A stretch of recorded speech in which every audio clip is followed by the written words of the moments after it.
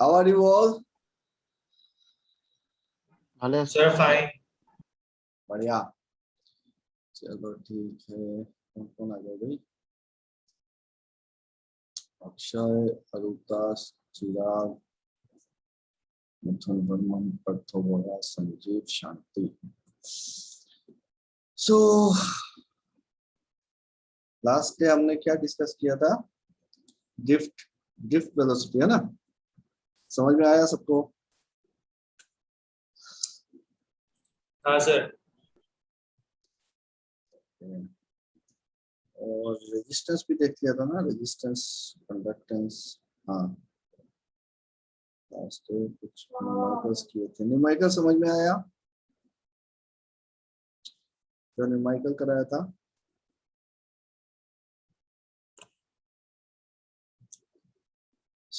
भाई ये एक बात बोलो, बेसिक इलेक्ट्रिकल या फिर नेटवर्क से जो भी सवाल आते हैं एग्जाम में,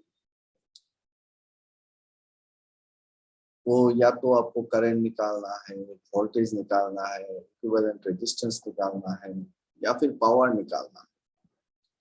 पावर निकल जाएगा तो एनर्जी भी निकल जाएगा, है ना?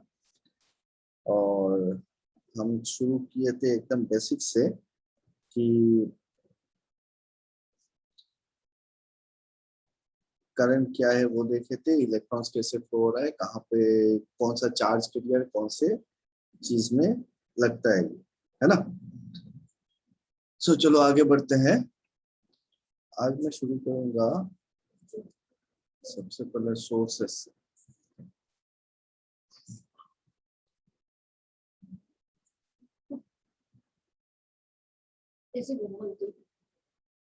नहीं, रहने दो।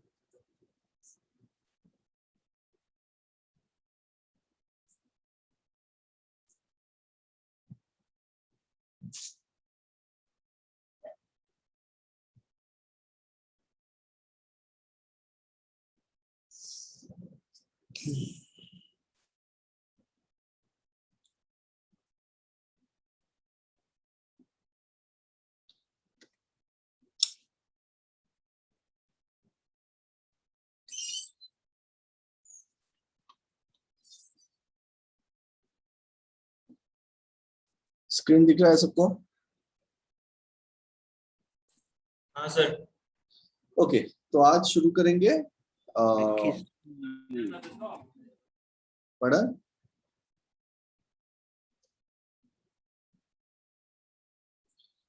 हम लोग आज सोर्सेस समझने की कोशिश कर रहे हैं। सोर्सेस क्या क्या टाइप के सोर्सेस होते हैं और क्या इनका रोल क्या है सर्किट में, है ना?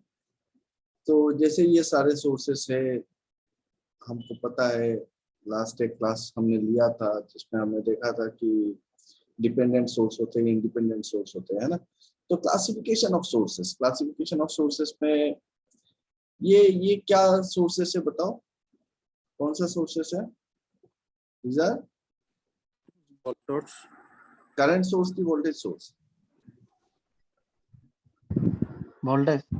Voltage source. तो तीनों वोल्टेज सोर्स है। ये सोर्स। पहला वाला क्या है? बैटरी को बैटरी बोल सकते हो। अगर हम कोई एक डीसी बैटरी यूज करते हैं तो फिर ऐसा सिंबल है। ये भी डीसी सिंबल है, तो पकड़ सकते हैं कि डीसी वोल्टेज होने से भी दे सकते हो, तो डीसी जनरेटर बोल सकते हैं। एसी जनरेटर अगर है तो इस टाइप से एसी सिग्नल होगा तो फिर ऐसा कार्ड रहेगा।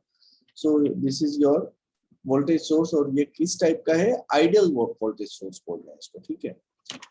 फिर ये क्या है? करंट सोर्स है ना, ideal current source. Now what is this? ये क्या है?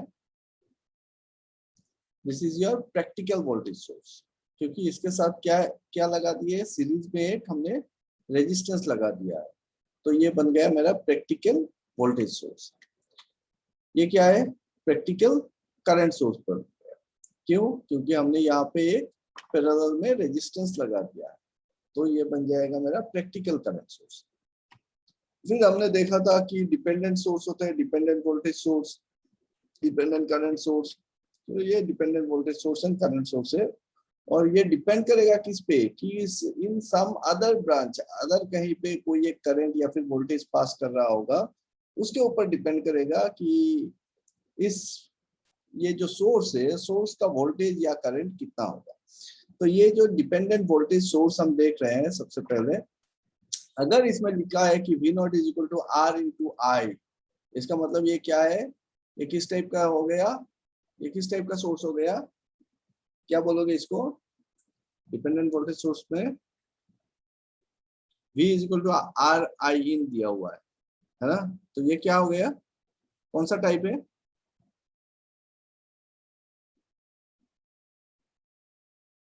अरे बोलो भाई, तो कौन से टाइप का हो गया, डिपेंडेंट सोर्स में वोल्टेज सोर्स तो दिख रहा है, प्लस माइनस दिया हुआ है,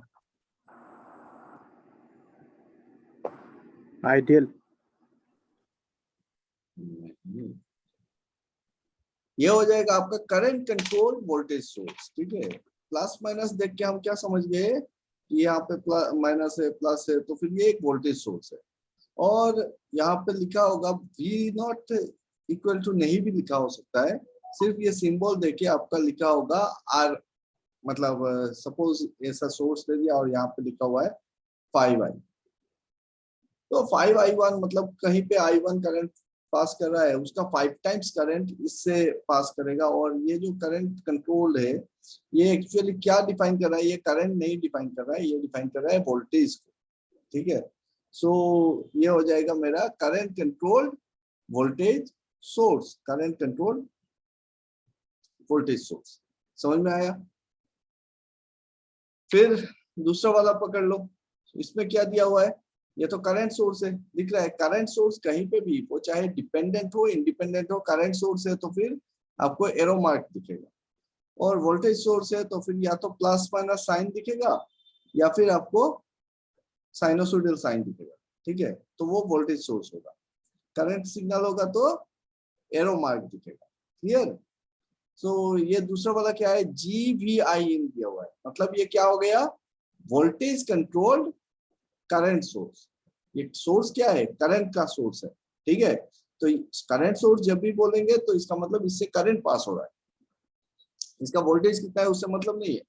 और जो करंट है, उस करंट का वैल्यू क्या है, ये डिपेंड कर रहा है किसी और ब्रांच पे कुछ एक वोल्टेज के ऊपर डिपेंड कर रहा है। तो ये हो जाएगा मेरा वोल्टेज कंट्रोल करंट सोर्स। समझ में आया, वोल्टेज कंट्रोल करंट सोर्स। अब तीसरा वाला ले लो, ये क्या दे रहा है, म्यू वी आई इन, क्या होगा ये, अब बताओ। करंट कंट्रोल वोल्टेज, नहीं, करंट कंट्रोल कैसे, voltage control voltage, voltage controlled voltage source, क्योंकि सोर्स आपका वोल्टेज दिखा रहा है और कंट्रोल क्या है, वी इन है, तो ये वोल्टेज कंट्रोल वोल्टेज सोर्स हो गया, है ना। और लास्ट वाला अल्फा इंटू आई इन दे दिया, तो ये क्या हो गया, करंट कंट्रोल करंट सोर्स हो गया। समझ में आया बात। तो यही सारे सोर्सेस मिलेंगे आपको, इससे बाहर और कोई सोर्स नहीं है ना। तो सोर्स में हमने क्या देखा कि या तो आइडियल सोर्स पकड़ सकते हो, आइडियल सोर्स, इसके कैरेक्टरिस्टिक डिस्कस करेंगे आज। आइडियल सोर्स पकड़ सकते हैं जिसका इंटरनल रेजिस्टेंस अगर करंट सोर्स है तो इनफाइनाइट है, और अगर वोल्टेज सोर्स है तो जीरो है। प्रैक्टिकल वोल्टेज सोर्स, प्रैक्टिकल, तो ये जो पहला जो पूरा का पूरा है, they are what, they are independent voltage source. किस टाइप के, इंडिपेंडेंट वोल्टेज सोर्स और करंट सोर्स। वोल्टेज सोर्स और करंट सोर्स ये इंडिपेंडेंट है, ये किसी पे डिपेंड नहीं कर रहा है।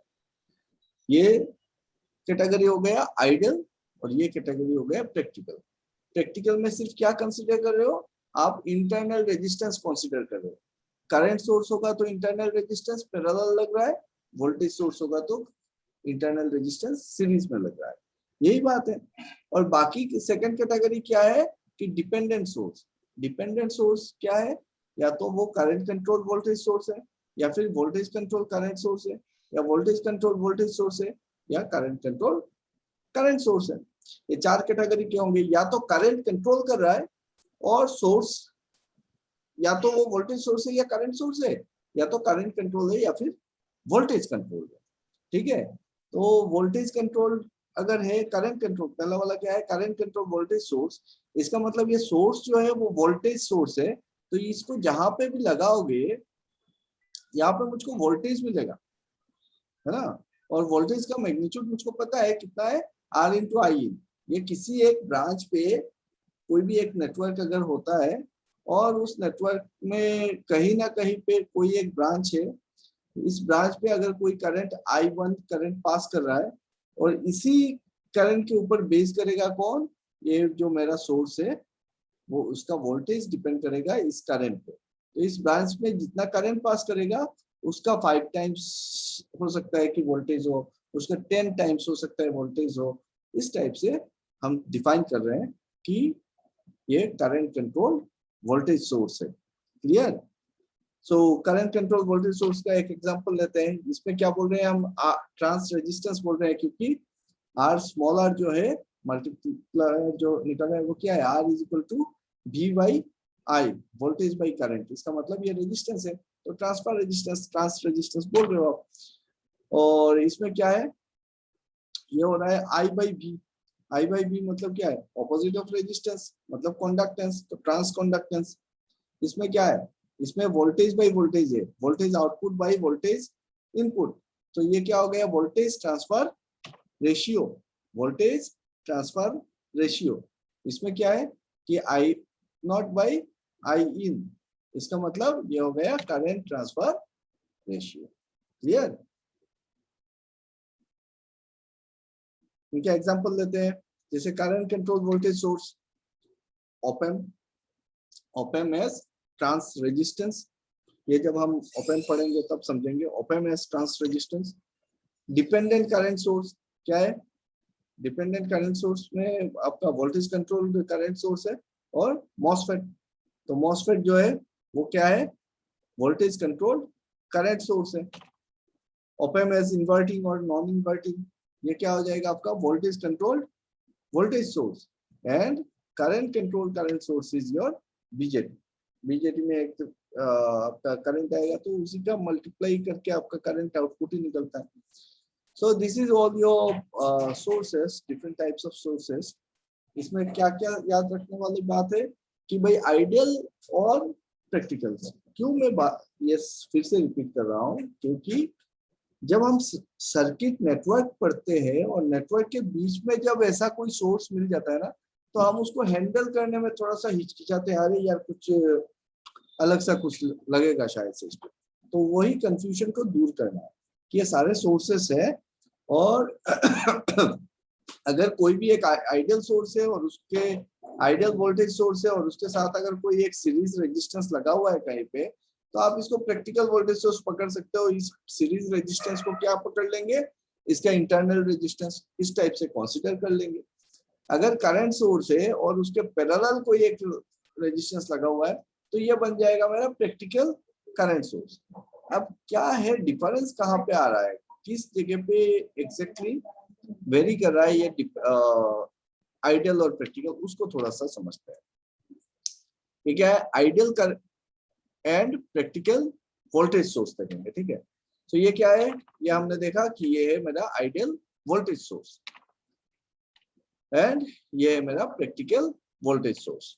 तो पकड़ लो, मैं अगर लोड कनेक्ट करता हूँ एक आइडियल वोल्टेज सोर्स के साथ, तो यहाँ पे मैंने लोड कनेक्ट कर दिया और आइडियल वोल्टेज सोर्स के साथ लोड कनेक्ट किया, और एक प्रैक्टिकल वोल्टेज सोर्स ले लेते हैं और उसके साथ लोड कनेक्ट करते हैं। बढ़िया से, एकदम बढ़िया से समझना, क्योंकि ये यही सारी चीजें आपको फिर आगे चल के सारे न्यूमेरिकल्स में या फिर मशीन्स में आपको कॉन्सेप्ट काम में लगाने। सो ये अगर है, this is my ideal voltage source, ideal voltage source, and this is my load resistance, this is practical voltage source, कहां से कहां तक ये पूरा, और ये हो गया मेरा लोड रेजिस्टेंस। ओके, सो देखते हैं क्या होता है कि पकड़ लो आपका सोर्स वोल्टेज क्या है, VS है, और लोड है RL, है ना, बढ़िया से समझना। प्रैक्टिकल वोल्टेज सोर्स में एक एक्स्ट्रा रेजिस्टेंस आ रहा है स्मॉल r, जो है इसका इंटरनल रेजिस्टेंस। ठीक है, तो अगर ये वी नॉट हमको पकड़ते हैं कि लोड वोल्टेज, जो लोड के क्रॉस वोल्टेज है, या फिर मैं वोल्टेज आउटपुट बोलूं या वोल्टेज डिलीवर्ड बोलूं या लोड के अक्रॉस में लोड वोल्टेज बोलूं, जो भी टर्म बोलो, तो ये वी नॉट क्या होगा, आइडियल केस में V naught will be equal to V S, क्योंकि यहाँ पे कोई ड्रॉप है नहीं, है ना। तो ड्रॉप कहाँ पे मिल रहा है, मुझको इसी लोड के अक्रॉस मिल रहा है। तो ये जो वी नॉट होगा ये पूरा का पूरा किसके बराबर हो जाएगा, वी एस के बराबर होगा। मतलब सोर्स का जो वोल्टेज है वही वोल्टेज मुझको लोड के अक्रॉस में मिल रहा है, कोई ड्रॉप है नहीं।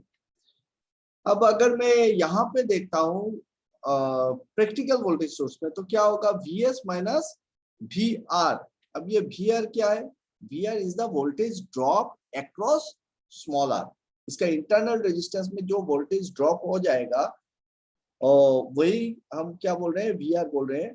और ये वोल्टेज क्यों ड्रॉप होगा, जब कभी भी इस सर्किट के थ्रू करंट पास करेगा। समझना बात को, करंट अगर पास नहीं करता है तो V R will be equal to 0, है ना। तो वोल्टेज ड्रॉप कब हो रहा है, जब इस सर्किट पे करंट पास करेगा। सो करंट हमको पता है भाई कि अगर वोल्टेज सोर्स लगाए हो और अगर क्लोज सर्किट है तो फिर इसके थ्रू एक करंट पास करेगी।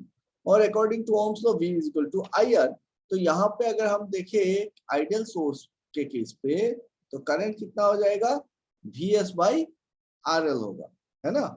कि लोड रेजिस्टेंस जितना होगा वही मेरा रेजिस्टेंस है, और तो कोई रेजिस्टेंस है नहीं। यहाँ पे अगर देखें प्रैक्टिकल में, तो करंट क्या पास कर रहा है, आई करंट पास कर रहा है, पकड़ लेते हैं। और आई करंट जो होगा वो कितना होगा, VS by R plus RL, क्योंकि ये तो दोनों सीरीज में लगे हुए हैं, सेम करंट पास कर रहा है, वोल्टेज सेम है यहाँ पे। और यहाँ ये जो VR है और V नॉट है, इन दोनों को अगर प्लस करेंगे तब जाके मेरा VS मिलेगा। तो ये दोनों सीरीज में है, तो सीरीज में होने से करंट क्या हो जाएगा, VS by R plus RL, है ना। सब लोगों को समझ में आ रहा है, इसमें ना समझने वाली कोई बात ही नहीं है ना। सिर्फ आपको क्या है कि प्रैक्टिकल सोर्स है, तो मैं यह दिखा रहा हूँ कि कैसे यहाँ पे आपका वोल्टेज ड्रॉप हो जा रहा है VR।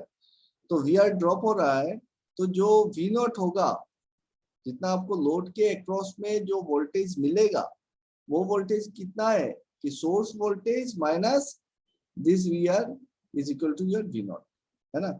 और ये VR कितना होगा, VR will be definitely I current अगर फ्लो कर रहा है तो I into R according to Ohm's law. हो गया, खत्म कहानी यहाँ पे। अब देखो कि अगर मैं एक ग्राफ प्लॉट करता हूँ कि लोड वर्सेस वोल्टेज ले लेता हूँ, लोड वर्सेस वोल्टेज की इधर रेजिस्टेंस अगर बढ़ाते हैं, 0 से रेजिस्टेंस को बढ़ाएंगे, देखते हैं कि वोल्टेज कैसे चेंज होता है। तो रेजिस्टेंस जैसे जैसे बढ़ेगा, यहाँ पे कोई फर्क पड़ेगा V नॉट में, पकड़ लो ये मेरा VS है ना, this dotted line is my VS। तो अगर लोड रेजिस्टेंस अगर 0 होता है, R इक्वल टू 0, 0 का मतलब क्या हो गया, R 0 मतलब क्या हो गया, शॉर्ट सर्किट हुआ कि ओपन सर्किट हुआ। रेजिस्टेंस इक्वल टू 0 का मतलब शॉर्ट सर्किट हुआ कि ओपन सर्किट हुआ।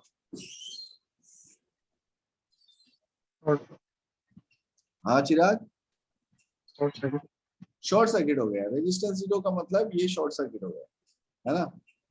यहाँ पे हमने क्या कर दिया, रेजिस्टेंस इक्वल टू 0। जब रेजिस्टेंस इक्वल टू 0 हो गया तो यहाँ पे जो वोल्टेज है, तो ये तो V नॉट और VS से बराबर ही है ना।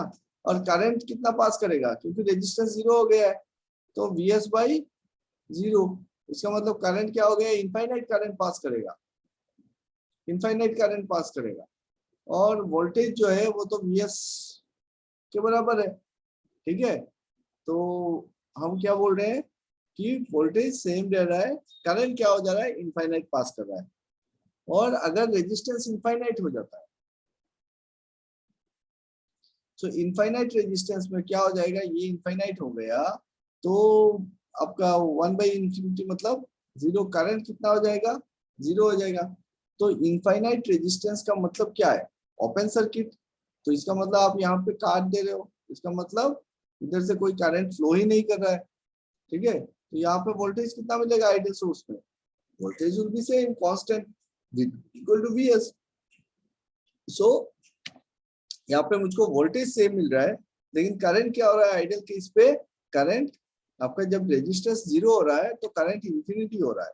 सो करंट इंफिनिटी से 0 की तरफ आ रहा है। जब रेजिस्टेंस आपका बहुत ज्यादा हो जाएगा तो करंट बहुत कम हो जाएगा, 0 हो जाएगा, है ना। अब प्रैक्टिकल सोर्स में क्या होगा वो देखते हैं। प्रैक्टिकल सोर्स में जब हम लोड वेरी कर रहे हैं कि R इक्वल टू 0, रेजिस्टेंस 0 हो रहा है, तो करंट कितना हो रहा है, रेजिस्टेंस इक्वल टू 0, ये 0, तो Vs बाई R हो रहा है, Vs बाई स्मॉल r। इसका मतलब आपका लोड जब 0 है, शॉर्ट सर्किट है, तो करंट तो, क्योंकि ये रेजिस्टेंस के ऊपर डिपेंड करेगा, इंटरनल रेजिस्टेंस, और हमको पता है कि वोल्टेज सोर्स का इंटरनल रेजिस्टेंस बहुत कम होता है, छोटा रखते हैं, नहीं तो करंट तो पास करेगा नहीं। तो इसका अगर रेजिस्टेंस ज्यादा हो जाएगा तो करंट क्या होगा, कम पास करेगा, है ना, बहुत कम हो जाएगा। तो हम चाहते हैं कि यहाँ पे ड्रॉप ना हो, यहाँ पे ज्यादा वोल्टेज ड्रॉप ना हो, इसीलिए हम क्या करते हैं कि वोल्टेज सोर्स का इंटरनल रेजिस्टेंस बहुत कम, 10:0 रखने की कोशिश करते हैं, क्योंकि ये R तो 0 के बराबर है, एकदम कम है as compare to your load. और अभी हमने क्या कर दिया कि लोड रेजिस्टेंस को 0 कर दिया, तो बचेगा कितना, current will be equal to your Vs by R, ठीक है। और V नॉट क्या होगा, लोड रेजिस्टेंस 0 मतलब इसको आपने कर दिया शॉर्ट, तो जितना आपका वोल्टेज सोर्स वोल्टेज है वो पूरा का पूरा कहां पे ड्रॉप हो जाएगा, VR में ही ड्रॉप हो जाएगा, है ना। So your Vs will be equal to your VR, समझ में आ रहा है। आपका V नॉट हो जाएगा 0, so Vs will be equal to your VR। पूरा का पूरा ड्रॉप कहाँ पे हो गया, इसके इंटरनल रेजिस्टेंस पे हो गया, ऐसा पकड़ रहे हैं। और अगर हम लोड रेजिस्टेंस को इनफाइनाइट कर देते हैं, ओपन सर्किट कर देते हैं, इसको खोल दो, इसको कितना होगा, ये हो गया मेरा इनफाइनाइट, तो इधर से करंट, ये तो खुल गया, ये ओपन हो गया, तो इधर से करंट पास करेगा नहीं, करंट नहीं पास करेगा, तो यहाँ पे रहेगा V नॉट, और V naught will be equal to your Vs, क्योंकि करंट पास नहीं कर रहा है इधर से। जब करंट पास नहीं कर रहा है तो I will be equal to 0, और I इक्वल टू 0 मतलब VR इक्वल टू 0, यहाँ पे कोई ड्रॉप होगा नहीं, इसका मतलब V naught equal to Vs हो जाएगा, है ना, V naught equal to Vs। अब देखो कि करंट कैसे पास करेगा और वोल्टेज कैसे पास करेगा। तो करंट जो है वो करंट एक पहले क्या था, इंफिनिटी से आ रहा, जब रेजिस्टेंस 0 हो गया था तो इनफाइनाइट हो गया था। यहाँ पे जब रेजिस्टेंस 0 हो रहा है तो इन्फिनिटी नहीं हो रहा है, लेकिन करंट का वैल्यू बहुत ज्यादा हो रहा है, Vs बाई R है, इसका मतलब करंट का वैल्यू बहुत ज्यादा है, बहुत हाई है, बट इनफाइनाइट नहीं है, तो एक फाइनाइट पॉइंट से ही आएगा, और आपका करंट जो है वो 0 की टेंस पे जाएगा जब आपका रेजिस्टेंस इन्फिनिटी हो जाएगा, बहुत ज्यादा रेजिस्टेंस। ये बात समझ में आया कि नहीं आया? Any doubt, any confusion regarding your ideal voltage source and practical voltage source?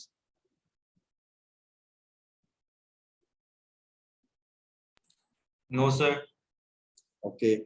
So इस चीज में देखो, जब नेटवर्क आप सॉल्व करोगे तो ये चीज क्या है, यही चीज को आप यूज कर रहे हो। जब भी आपका वोल्टेज सोर्स है, एक रेजिस्टेंस लगा हुआ है सीरीज में, या करंट सोर्स है पैरेलल में लगा हुआ है, तो कंफ्यूज नहीं होना है, यही चीज हो रहा है।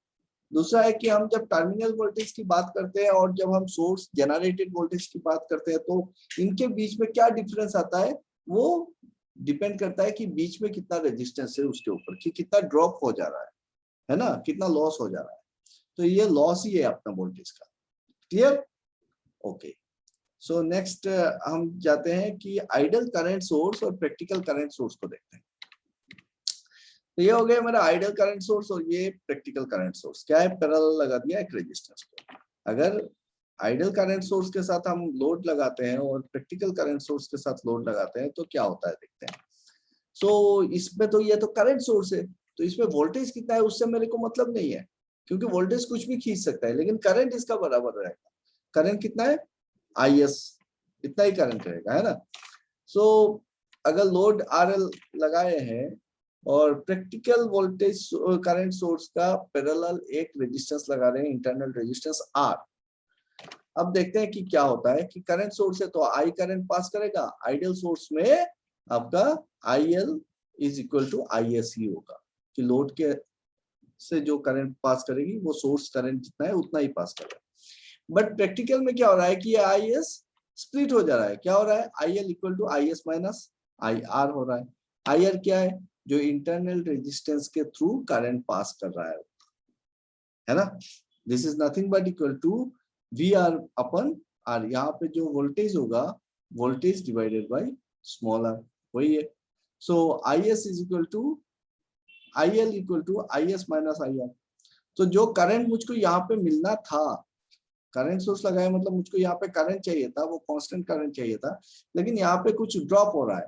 और ड्रॉप कितना बढ़ेगा, जितना मेरा ये इंटरनल रेजिस्टेंस कम होगा, ये करंट क्या होगा, ये करंट ज्यादा इधर से चला जाएगा। तो अगर करंट IR ज्यादा जाता है तो मेरा लोड के से जो करंट पास करेगा वो कम होता रहेगा, है ना। तो मुझको चाहिए था IL इक्वल टू IS यहाँ पे, बट मिल रहा है मुझको कितना, IS माइनस IR। तो ये प्रैक्टिकल करंट सोर्स। तो यहाँ पे जो वोल्टेज ड्रॉप होगा, दैट वोल्टेज ड्रॉप कितना है, V0 as per Ohm's law, V0 equal to यहाँ पे तो जितना सोर्स का करंट होगा IS इंटू RL होगा, और यहाँ पे क्या होगा, V0 equal to this V0 is equal to VR, है कि नहीं, V0 इक्वल टू VR। और V0 इक्वल टू VR मतलब क्या है, V0 क्या है, IL जो लोड करंट जा रहा है और load resistance I into R। VR कितना होगा, IR इंटू R, समझ में आ रहा है ना, IR इंटू R। तो ये तो वोल्टेज बराबर है दोनों का। और अगर हम सोर्स करंट के हिसाब से देखें ये वोल्टेज, तो कितना देखेंगे, IS into R parallel RL। अगर सोर्स करंट के हिसाब से देखें कि IS करंट पास हो रहा है, तो यहाँ पे ये टोटल रेजिस्टेंस जो इसको मिलेगा, ये दोनों का पैरेलल कॉम्बिनेशन है ना। सो IS into R parallel RL हम बोल सकते हैं। क्लियर।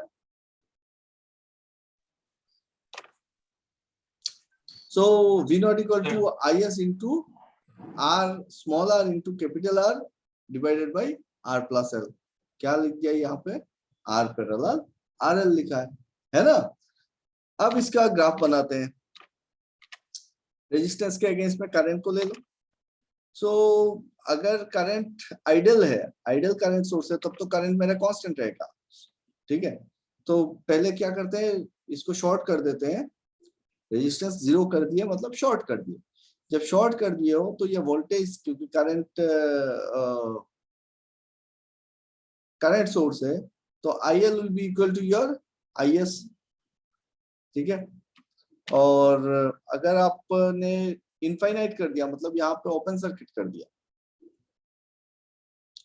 तब भी आपका जो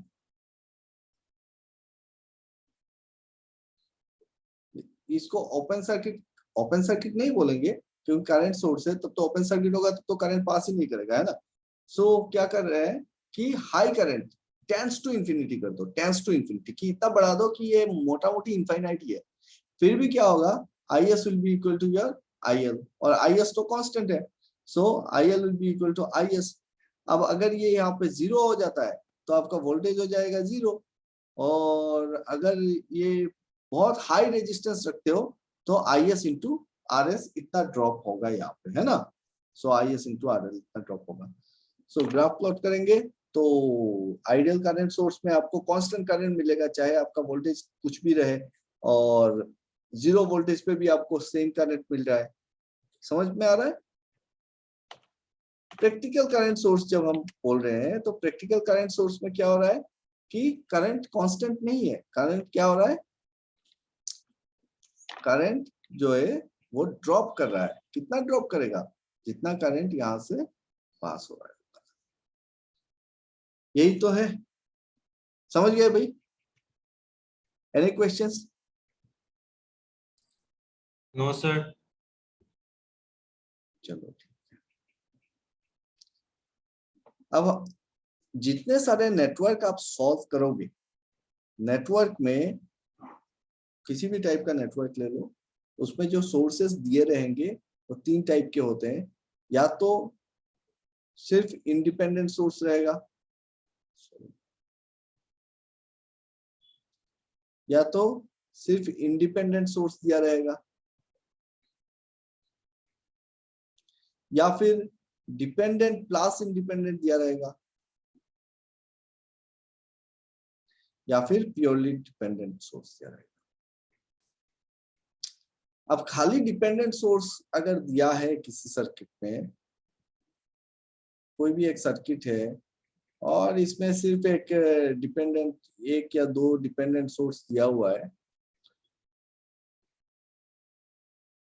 इस टाइप से, तो ये जो सर्किट है ना, इसमें एग्जैक्टली ये आधा अधूरा सर्किट है, क्योंकि खाली डिपेंडेंट सोर्स, ये जो वोल्टेज आ रहा है, ये तो कहीं ना कहीं से वोल्टेज आना पड़ेगा ना, एक तो सोर्स रहना पड़ेगा इसमें। अगर सोर्स ही नहीं रहेगा तो ये वोल्टेज आएगा कहाँ से, क्योंकि ये इसका जो सोर्स है डिपेंडेंट का, ये इसका वोल्टेज डिपेंड कर रहा है किसी एक वोल्टेज के ऊपर। तो एक इंडिपेंडेंट सोर्स रहना चाहिए, कहीं ना कहीं पे एक इंडिपेंडेंट सोर्स रहना चाहिए नेटवर्क पे। तो खाली डिपेंडेंट सोर्स की बात या फिर प्रॉब्लम्स बहुत कम मिलेंगे देखने को। जितने कॉम्पिटिटिव एग्जाम्स में आपको प्रॉब्लम देखने को मिलेगी वो डिपेंडेंट प्लस इंडिपेंडेंट मिला के होगा। एक डिपेंडेंट सोर्स रहेगा तो इंडिपेंडेंट सोर्सेस रहेगा, इस टाइप से रहेगा, है ना। सो कैसे इस टाइप के नेटवर्क को समझना है, पकड़ना है, उसके ऊपर हम बात करेंगे। और अगर डिपेंडेंट और इंडिपेंडेंट सोर्स दोनों दिया हुआ है तो किस तरीके से नेटवर्क को सॉल्व करना है उसको देखना है ना। अगर कोई सवाल है तो बोलो अभी, उसके बाद लेक्चर शुरू कर रहे हैं फिर से। Anything, any doubt, any questions?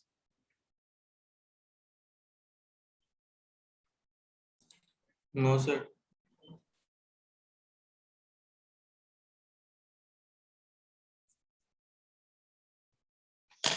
Okay then.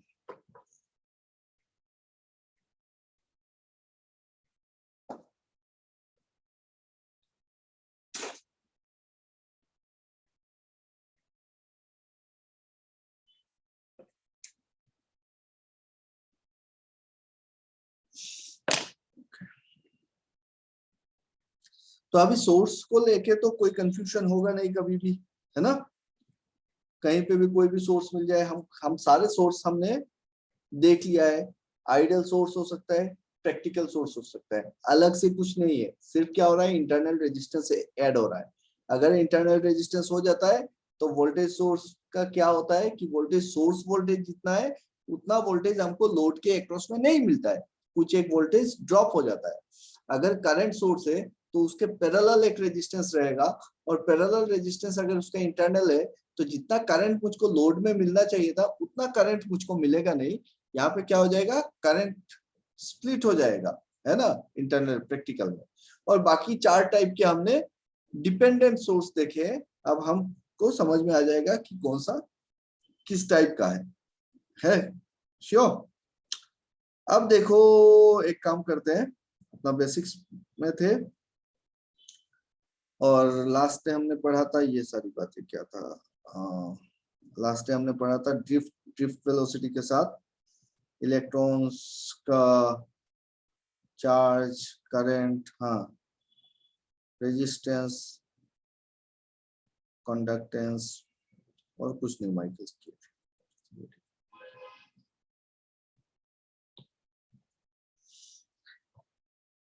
जितना भी मैटर है मॉलिक्यूल से और ये जो हम बोल रहे हैं कि इंसुलेटर, कंडक्टर, सेमीकंडक्टर, ये सब किस चीज पे के ऊपर डिपेंड कर रहे हैं? ये डिपेंड कर रहा है अल्टीमेटली अपने एटॉमिक स्ट्रक्चर के ऊपर, है ना। ये सारी चीजें डिपेंड कर रहा है अपना एटॉमिक स्ट्रक्चर के ऊपर। और एटॉमिक स्ट्रक्चर क्या है कि भाई पॉजिटिव न्यूक्लियस है सेंटर में और चारों तरफ क्या है, इलेक्ट्रॉन्स घूम रहे हैं। इसके चारों तरफ क्या होंगे, इलेक्ट्रॉन्स होंगे। Can anybody tell me the maximum number of electrons in an orbit?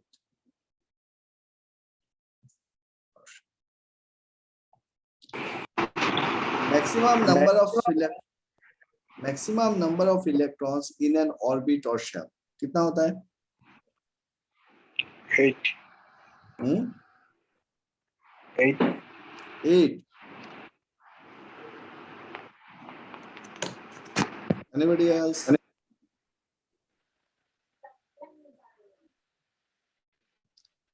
बताओ एकदम क्लास 8-9 से पकड़े हैं, है ना, एटॉमिक स्ट्रक्चर।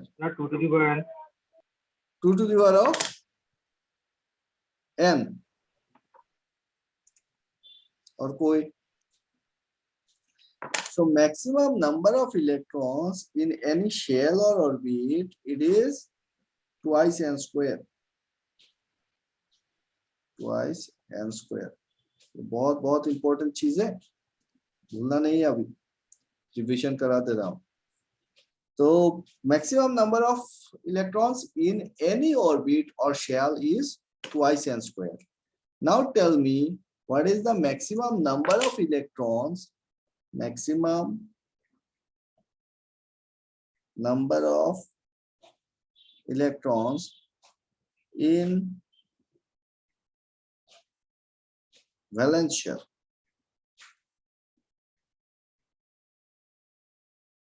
किसी भी एटम का वैलेंस शेल में मैक्सिमम नंबर ऑफ इलेक्ट्रॉन कितना होता है?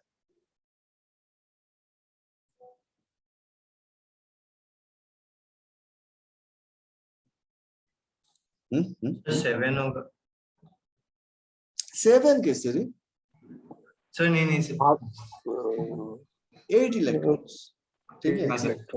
अच्छा, शेल ऑर्बिट ये क्या है, क्या क्या शेल होते हैं, कैसे डिफाइन करते हो ऑर्बिट्स को या शेल को?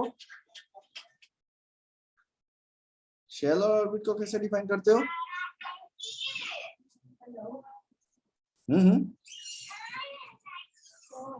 के शेल, के एल एम एन, याद है?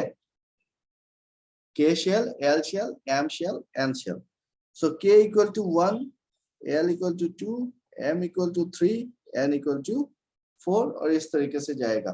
तो ये जो शेल या ऑर्बिट बोल रहे हैं ना, न्यूक्लियस है, न्यूक्लियस के अंदर क्या है, प्रोटॉन्स है, न्यूट्रॉन्स है, और उसके चारों तरफ हम बोल रहे हैं कि इलेक्ट्रॉन्स जो है वो एक एक ऑर्बिट में घूम रहा है, जैसे हमारे सोलर सिस्टम में प्लैनेट्स घूम रहे हैं, है ना। बट अल्टीमेटली क्या देखने को मिला कि नहीं यार, यहाँ पे गड़बड़ है, क्योंकि मैक्सिमम जो वैलेंस शेल में इलेक्ट्रॉन रहेगा वो तो 8 ही रहेगा, उससे ज्यादा रह नहीं सकता है।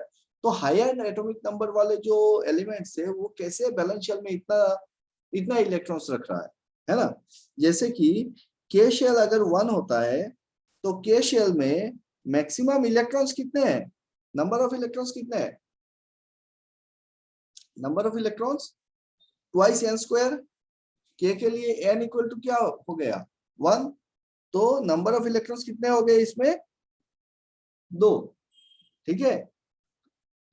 एल शेल में क्या हो गया, एल शेल 2 है तो 2 square into 2, so 4 into 2 is equal to 8 number of electrons रहेंगे। एम शेल मतलब थर्ड शेल में कितना हो जाएगा, n 18, 3 square equal to 9 into 2, so ये हो गया 18। और फोर्थ शेल में क्या हो जाएगा, 16 into 2 मतलब 32। तो इतने इलेक्ट्रॉन्स रहेंगे, एक एक मैक्सिमम इलेक्ट्रॉन्स रहेंगे एक एक ऑर्बिट्स में। समझ में आ रहा है? Yes sir. सो अभी देखो एन शेल, अगर मेरा एक एलिमेंट में लेता हूं और उसमें 4th रो का अगर पीरियोडिक टेबल की बात करते हैं और उसमें अगर एन शेल लेते हैं तो एनएच शेल में 32 इलेक्ट्रॉन्स है मैक्सिमम। तो इतने इलेक्ट्रॉन्स कैसे होंगे? क्योंकि maximum number of electrons in the outermost shell must be equal to 8। तो रिसर्च करके एक्सपेरिमेंट करके देखा गया कि नहीं, ये इलेक्ट्रॉन्स किसी फिक्स्ड ऑर्बिट्स में नहीं घूम रहे हैं, ये क्या हो रहे हैं कि इलेक्ट्रॉन क्लाउड में घूम रहे हैं, स्पिन कर रहे हैं, है ना। तो हमने इसको डिफाइन किया कि ये इनके अंदर ऑर्बिट्स के अंदर क्या है, शेल के अंदर सबशेल्स हैं। क्या है? ये हो गए अपने शेल्स, तो इसके अंदर क्या रहेंगे? सबशेल्स रहेंगे। याद आ रहा है?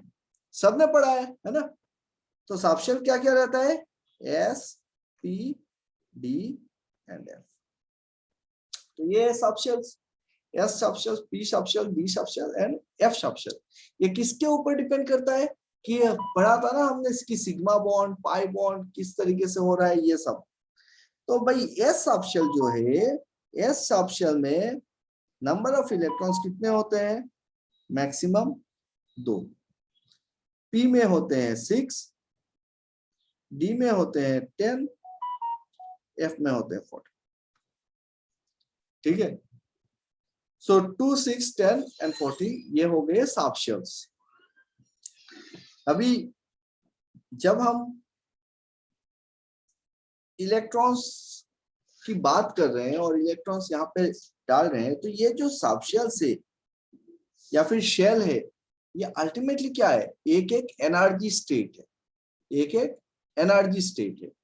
सो अगर मैं बोलूं कि 1s मतलब फर्स्ट ऑर्बिट, फर्स्ट ऑर्बिट मतलब के शेल, के शेल मतलब उसमें कितने इलेक्ट्रॉन्स है? 2 है। तो 1s, एस सबशेल में ही खत्म, दो इलेक्ट्रॉन तो यही ले लेगा ना, तो उसी में एकोमोडेट हो जाएगा। यहाँ पे 1s के बाद 2s की जगह 1p की जगह नहीं है। तो हम क्या कर रहे हैं? नेक्स्ट हायर एनर्जी लेवल क्या है? 2s, 2p। ठीक है। सो सेकेंड शेल जो है, इसमें मैक्सिमम इलेक्ट्रॉन कितने हैं? 8 इलेक्ट्रॉन है। s पकड़ लेगा 2 और p में आ जाएंगे 6, तो 6 और 2 कितने हो जाएंगे? 8 इलेक्ट्रॉन हो जाएंगे। तो सेकेंड ऑर्बिट फुलफिल हो जाएगा। थर्ड में क्या हो रहा है? 3s, 3p and 3d। ठीक है। तो थर्ड रो जो है, थर्ड रो या फिर थर्ड शेल, क्यों रो बोल रहा हूँ वो भी मैं बताऊंगा आपको। थर्ड रो बोलो या थर्ड शेल बोलो, तो वहां पे कितना हो रहा है? 18। 18 में देखो s और p मिला के कितने? 2 + 6 8, और d में कितने आ जाएंगे इलेक्ट्रॉन? 10 इलेक्ट्रॉन। 10 + 8 18 इलेक्ट्रॉन हो गए। फोर्थ शेल में 4s, 4p, 4d and 4f।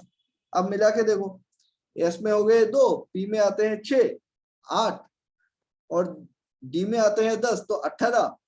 18 + 14, 18 + 14 32 हो गया ना आपका फोर्थ शेल भी कंप्लीट। क्लियर? अब इनमें जब इलेक्ट्रॉन भरेंगे, जब इलेक्ट्रॉन कोई भी आता है या फिर इलेक्ट्रॉन जब एंट्री होता है एक एनर्जी लेवल से नेक्स्ट एनर्जी लेवल पे जाता है, तो क्या है ये? 1s पहले फिलअप होगा, उसके बाद next higher stage is 2s, उसके बाद 2p, 3s और 3p एनर्जी लेवल के बाद 3d नहीं आएगा। 3p एनर्जी लेवल के बाद क्या आ जाएगा? 4s एनर्जी लेवल आएगा। ठीक है, समझ में आ रहे हैं? उसके बाद 3d के बाद आएगा आपका 4p।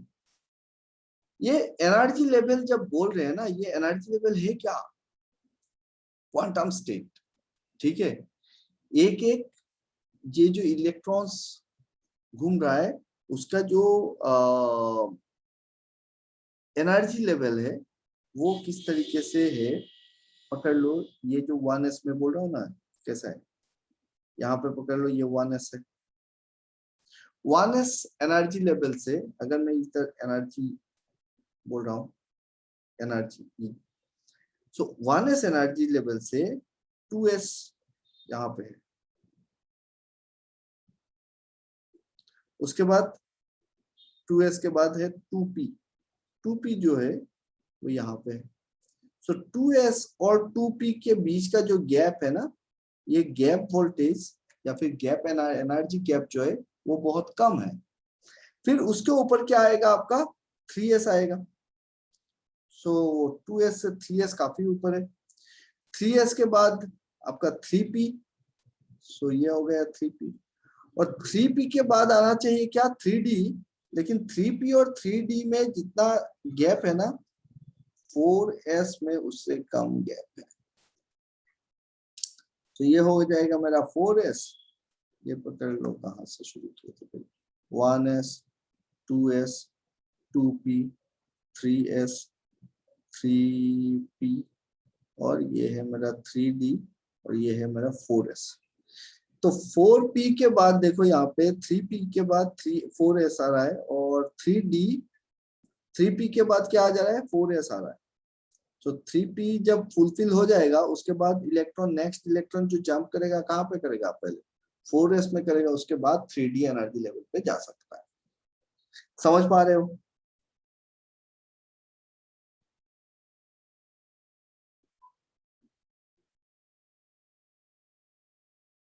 समझ में आ रहा है?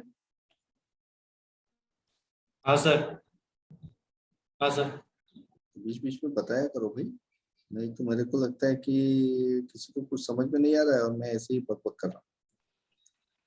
सो ये है मेरे इलेक्ट्रॉन्स के एनर्जी स्टेट्स और किस तरीके से इलेक्ट्रॉन्स डिस्ट्रीब्यूटेड होते हैं किसी भी एटॉम के अंदर। इस यूनिवर्स का कोई भी मैटर उठा लो, उसमें जो बेसिक स्ट्रक्चर आपको मिलेंगे वो एटम्स ही मिल रहे हैं। टोटल ये जो एलिमेंट्स है हमारे, सबको सजाया गया है कहाँ पे, पीरियोडिक टेबल पे, है ना? हाँ सर। ये पीरियोडिक टेबल में टोटल एलिमेंट्स कितने हैं बताओ तो।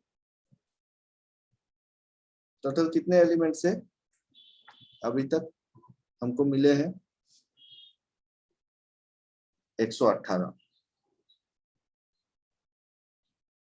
टोटल 118 एलिमेंट मिले। और जितने एलिमेंट्स है, इसको क्या क्या कैटेगरी में हमने डिवाइड किया है एलिमेंट्स को? नंबर 1 मेटल्स, मेटल, और नॉन मेटल्स, है ना? Metals and non metals. और नॉन मेटल एंड मेटल के अलावा और क्या है?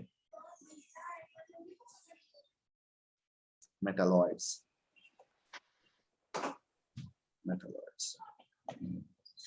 तो ये 3 तरीके के एलिमेंट्स मिल रहे हैं आपको पूरे के पूरे पीरियोडिक टेबल में, metals, non metals and metalloids. ठीक है?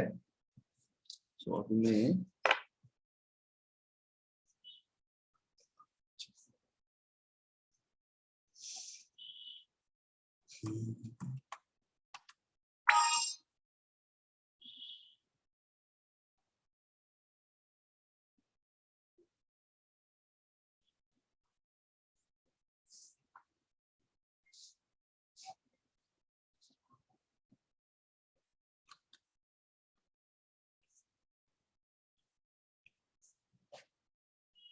ये है ना अपना पीरियोडिक टेबल।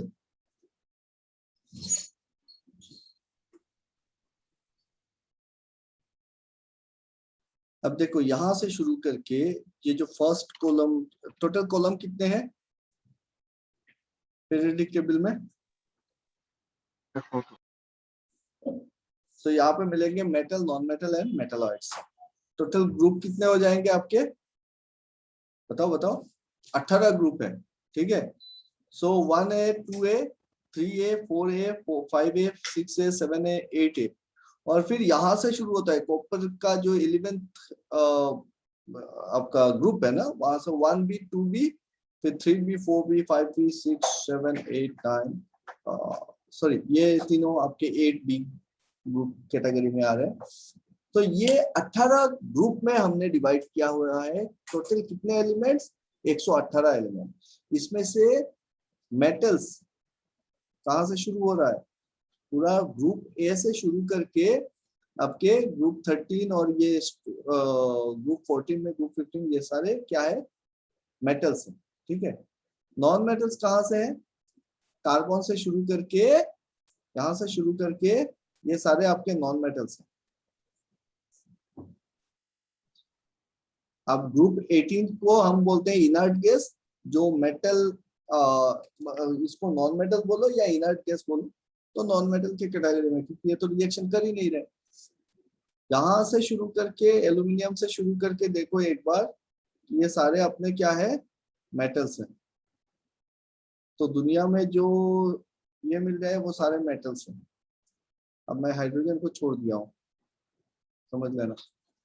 और ये जो बीच में है boron, silicon, germanium, arsenic, antimony, tellurium and I don't know eighty. So ये जो है ना, ये 7 एलिमेंट है, 1 2 3 4 5 6 7। तो ये 7 एलिमेंट क्या है? अपने मेटलॉइड से। समझना बढ़िया से, ये क्या है? अपने मेटलॉइड से। तो बाकी सारे तो क्या है? सब मेटल्स है। कार्बन से शुरू करके इधर हो गए आपके नॉन मेटल्स, और बीच में हो गए 7 मेटलॉइड्स। अब ये मेटलॉइड्स क्या है? हमको पता है कि मेटलॉइड्स मेटल और नॉन मेटल के बीच वाले प्रॉपर्टीज शो करते हैं। मेटल क्या है? हाईली रिएक्टिव होते हैं। कुछ मेटल्स नॉन रिएक्टिव होते हैं। मैं पीरियोडिक टेबल के ऊपर में थोड़ा सा आइडिया दे रहा हूँ, रिविजन है एक्जेक्टली बोलेंगे इस चीज को, क्योंकि ये सारी बातें हमने पढ़ी थी, बट क्योंकि टच में नहीं है तो सब कुछ हम भूल चुके हैं, है ना। तो पीरियोडिक टेबल को अगर देख रहे हो, और यहाँ पे हमको मिलता है कि मेटलॉइड में मिलता है, देखो सिलिकॉन, जो हमारे काम का चीज है वो है सिलिकॉन एंड जर्मेनियम। ये कहाँ पे हम यूज करने वाले हैं? सेमीकंडक्टर में। तो ये मेटलॉइड्स ही है जो सेमीकंडक्टर में आप यूज करने जा रहे हो। तो सिलिकॉन को हम यूज करेंगे एज सेमीकंडक्टर। और अगर ऐसा है, हम क्या बोलते हैं कि भाई सिलिकॉन में 4 तो इलेक्ट्रॉन, वैलेंस शेल कितना होता है? वैलेंस ही होता है इसका 4, क्योंकि यहाँ पे देखो 14 ग्रुप में है, तो इसका आउटर मोस्ट शेल में कितना रहेगा? 4 तो इलेक्ट्रॉन रहते हैं। और ये आराम से बॉन्ड फॉर्म करता है 4 और सिलिकॉन के साथ। इस टाइप से दिखाते हैं ना कि 4 और सिलिकॉन के साथ बॉन्ड फॉर्म करता है। फिर हम क्या करते हैं इसमें? या तो ट्राइवेलेंट। ट्राइवेलेंट कौन है? इसके वैलेंसी, बोरॉन फैमिली जो है यहाँ पे 13 ग्रुप, इसमें इसका वैलेंसी रहता है 3, तो इसको ऐड कर देते हो। या फिर पेंटावेलेंट, कौन सा? ये फॉस्फोरस, आर्सेनिक, इनमें से किसी को ऐड कर देते हो। तो पेंटावेलेंट ऐड कर दिए या फिर ट्राइवेलेंट ऐड कर दिए सिलिकॉन के साथ, और हम बना लेते हैं पी टाइप सेमीकंडक्टर या फिर एन टाइप सेमीकंडक्टर। समझ में आ रहा है? सो अल्टीमेटली यही सारे मेटल्स है और नॉन मेटल से मेटलॉइड्स है। अब देखो सारा खेला है एटॉमिक स्ट्रक्चर का। ये जो है यहाँ पे, ये इधर हॉराइजॉन्टल लाइन पे क्या है? हॉराइजॉन्टल लाइन पे है आपका पीरियड्स, है ना। दीज आर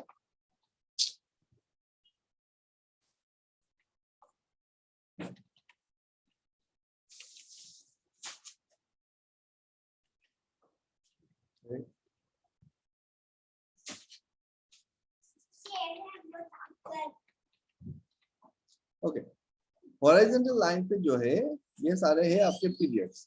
तो ये हो गया first, second, third, fourth, fifth, sixth and seven.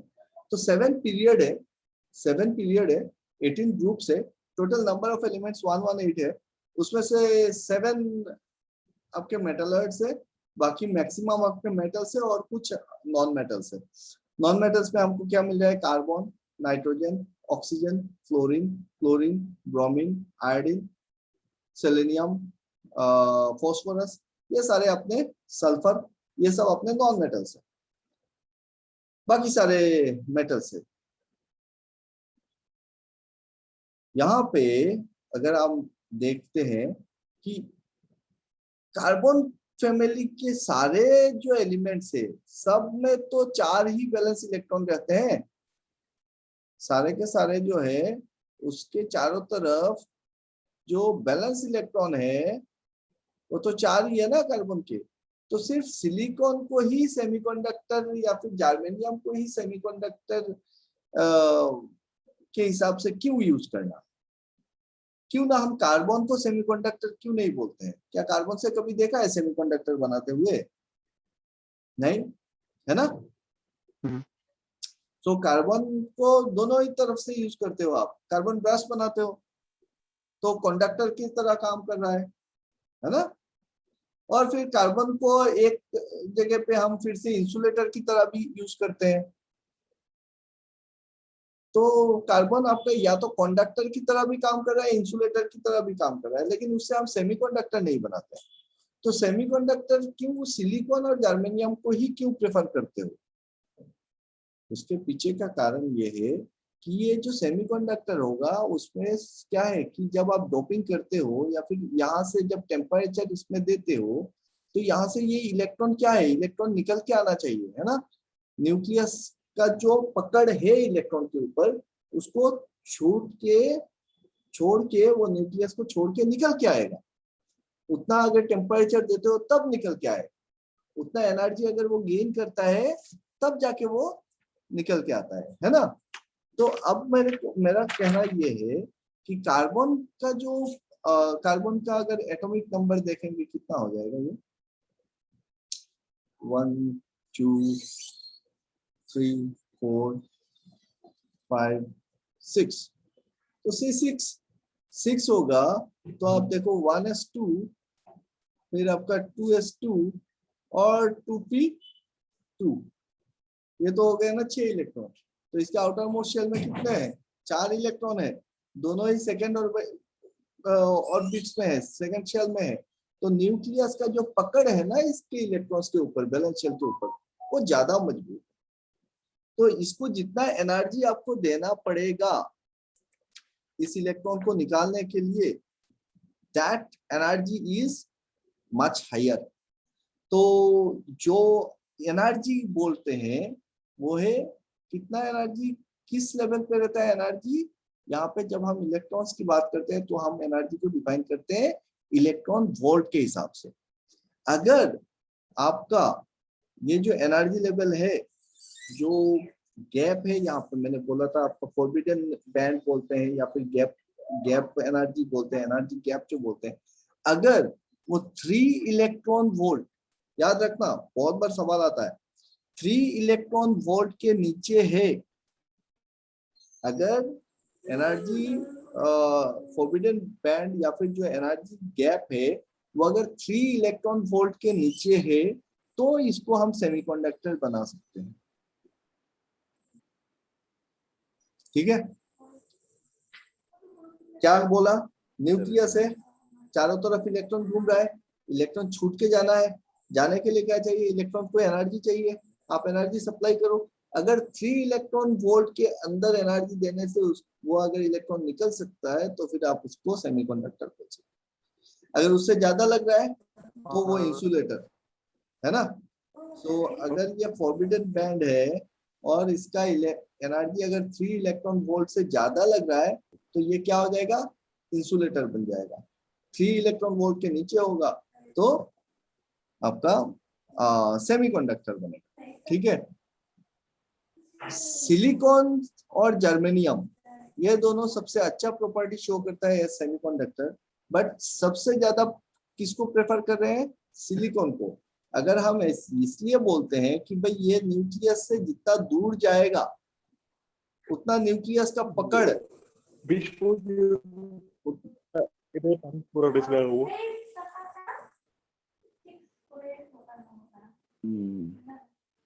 भाई,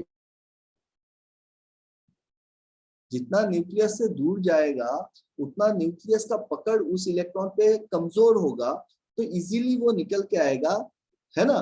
तो इस हिसाब से देखने से तो जर्मेनियम ज्यादा अच्छा होता क्योंकि जर्मेनियम में एक एक्स्ट्रा शेल मिल रहा है हमको और दूर जा रहा है।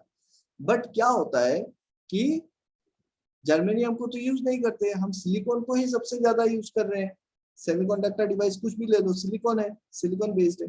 क्यों है? क्योंकि सिलिकॉन आपको अर्थ में सबसे ज्यादा मिलेगा, सबसे ज्यादा क्वांटिटी में अर्थ क्रस्ट में जो चीज अवेलेबल है वो क्या है? सिलिकॉन है। इसीलिए सिलिकॉन को प्रेफर किया जाता है, और उसका इलेक्ट्रॉन वोल्ट जर्मेनियम के मुकाबले में हल्का सा वेरी करेगा। अदरवाइज जैसे फॉर जर्मेनियम जो एनर्जी होगा वो होगा आपका 0.72 electron volt at room temperature, and for silicon it will be your 1.1 electron volt. So it is much less than your 3 electron volt, है ना? कब बोल रहा हूँ? At room temperature. याद रखना, जब हम सेमीकंडक्टर की बात करेंगे तो टेम्परेचर बहुत बहुत ज्यादा मायने रखता है, और थर्मल वोल्टेज जिसको हम बोलते हैं, है ना?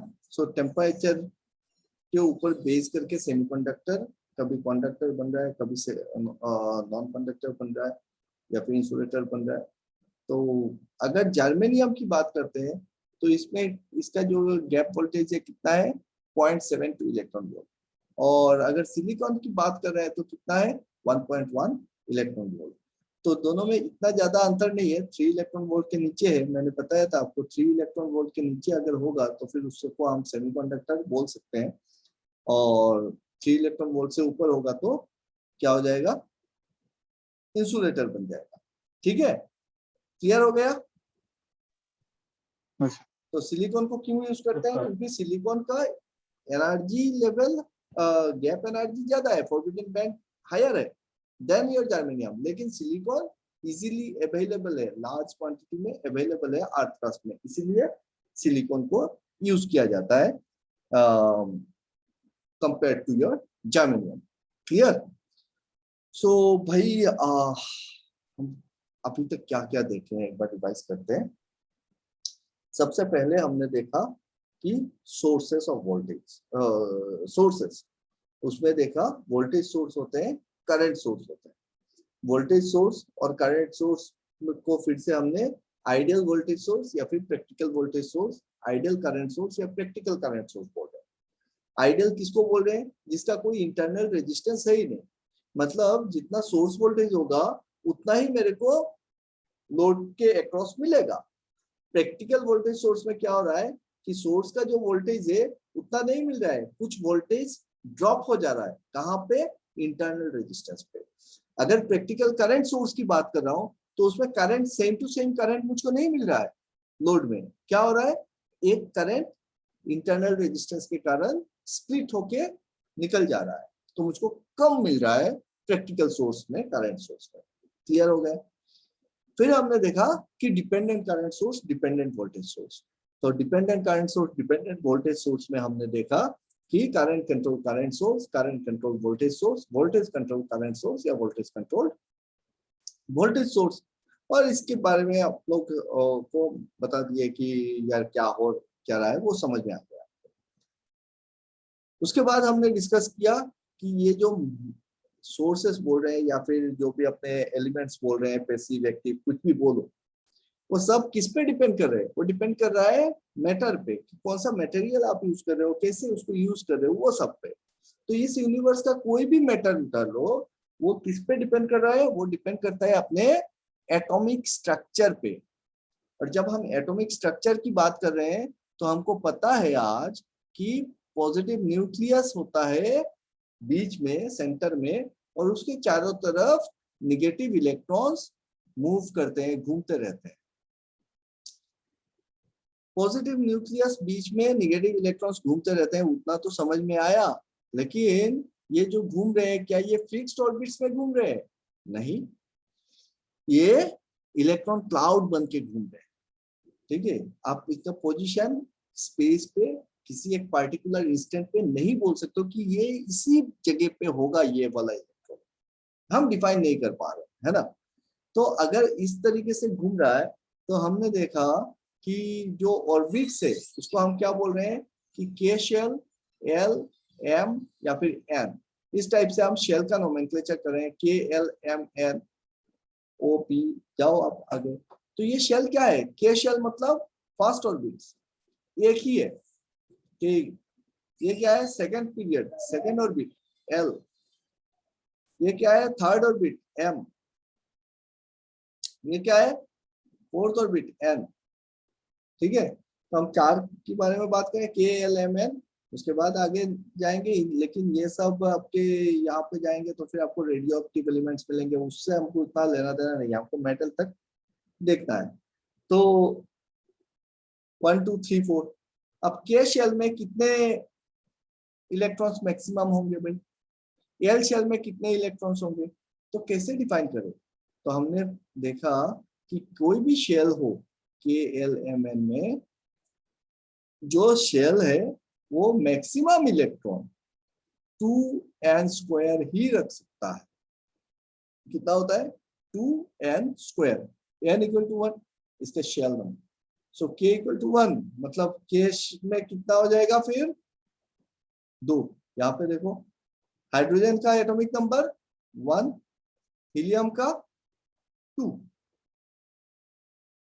है ना? अच्छा एक बात बताओ, ये जो मॉडर्न पीरियोडिक टेबल आप देख रहे हो, इसको किस बेसिस पे सजाया गया है? मॉडर्न पीरियोडिक टेबल किस बेसिस पे सजाया गया है? एक एलिमेंट से दूसरा एलिमेंट कहाँ पे डिफर कर रहा है? सीक्वेंस कहाँ पे, क्या चीज के बेसिस पे सजाया गया है? कौन बोलेगा? बताओ।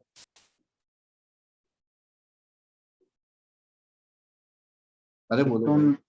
सर इलेक्ट्रॉन होगा नहीं? इलेक्ट्रॉन्स नहीं, that I was expecting from you at least.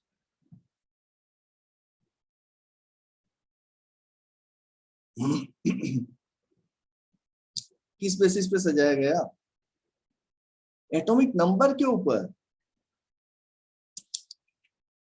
Atomic number के ऊपर, एटॉमिक नंबर के बेसिस पे सजाया गया है। पहले अर्लियर स्टेज में इसको एटॉमिक मास के ऊपर सजाया गया, फिर फाइनली जो मॉडर्न पीरियोडिक टेबल है इसको एटॉमिक नंबर के ऊपर बनाया गया।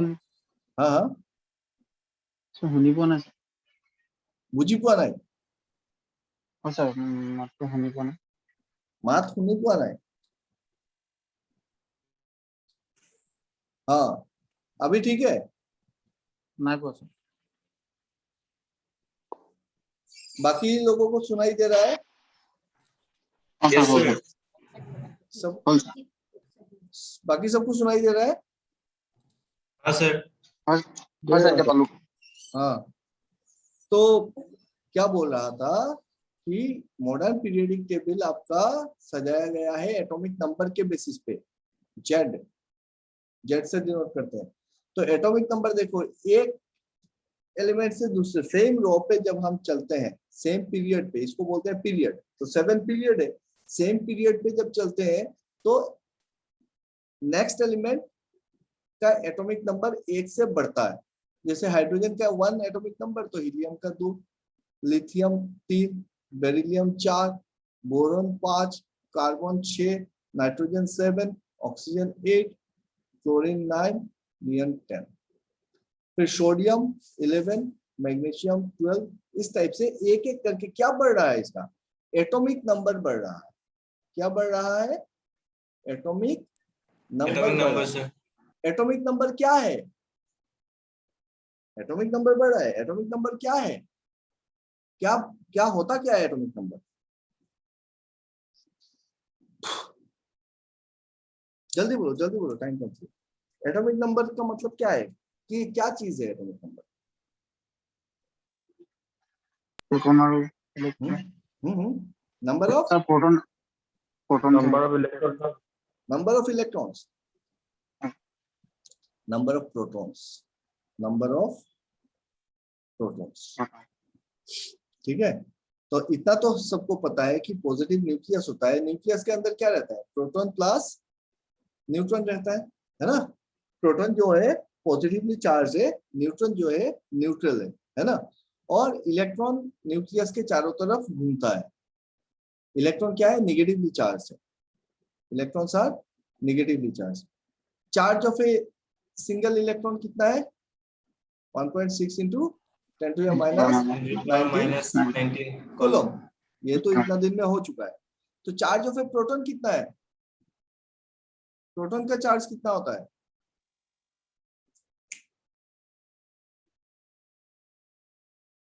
एनीबडी?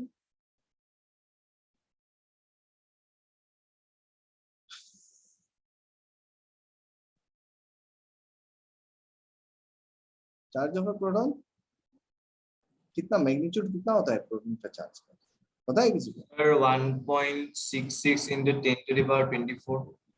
10^24 नहीं, देखो charge of an electron and charge of A proton same होता है, ठीक है। 1.6 into 10 to the minus 19 coulomb भी होता है, लेकिन प्रोटॉन पॉजिटिवली चार्ज है और इलेक्ट्रॉन आपका निगेटिवली चार्ज है। दोनों का चार्ज बराबर है। Number of electrons and number of protons is same in any neutral atom. समझना बात को।